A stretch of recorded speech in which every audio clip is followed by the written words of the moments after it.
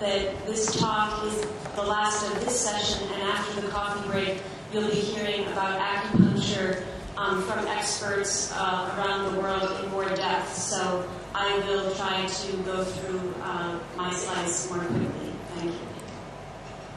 So this was an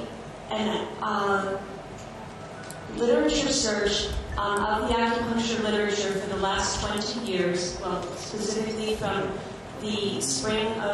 March of 1987 to March of 2007. And we would like to share with you some results that we had regarding how acupuncture research has changed over that time as far as from a quantitative perspective. So this is some initial information. So these were our objectives, and I do want to point out that we were specifically interested in what work has been done in randomized clinical trials. This definition that we use for acupuncture is a more restrictive definition, as many of you will recognize. We did take it from the National Institutes of Health consensus statement of 10 years ago, 1997, which partly is also why we framed this as the 20 years of study that we did. I just wanted to show you, as we're discussing acupuncture trends, one example of where acupuncture treatment and research occurs is at Dana-Farber Cancer Institute.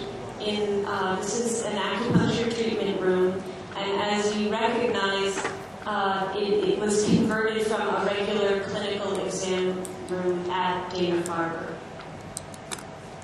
This is our acupuncture research team. You might notice the patient on the table is Dr. Weidong Liu. What I would like to mention about our team, this was for one of our research studies, and they were training together so that they would have a similar research approach in how they handled the standardized protocol. Also of note, in our center, all of our acupuncturists originated from mainland China and trained here at traditional Chinese medicine medical schools here in China. This slide will be very familiar to many of you in the audience. In China, an example of a very busy clinic that is run here.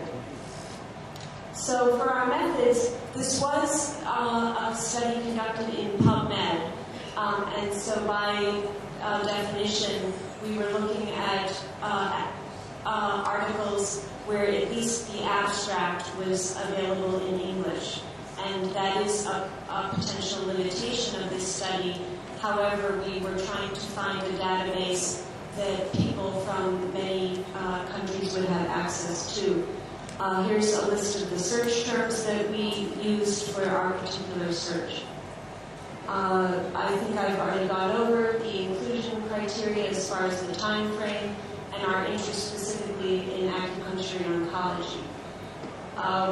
As always, there's exclusion criteria, and I think that this is self-explanatory.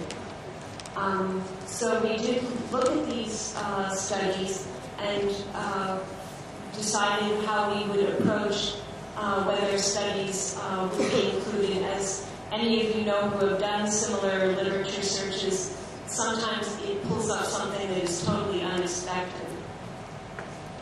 So this shows our results of the number of acupuncture articles, acupuncture with a focus in oncology, and finally the randomized controlled trials.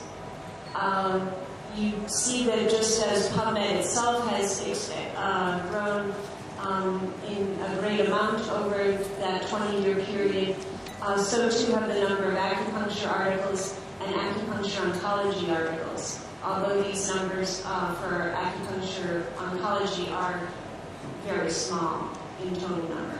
Excuse me.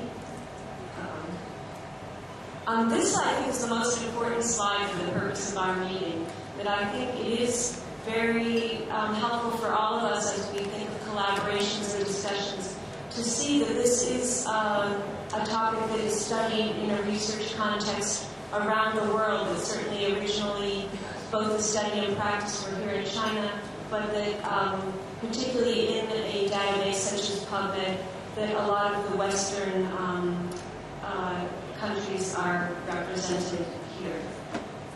So as you can see from the top line, that in about the last 10 years, the number increased quite dramatically for the available articles. I think I will skip this slide because you'll be hearing quite a bit in the next session about what acupuncture is used for. And similarly, that there were different cancers studied.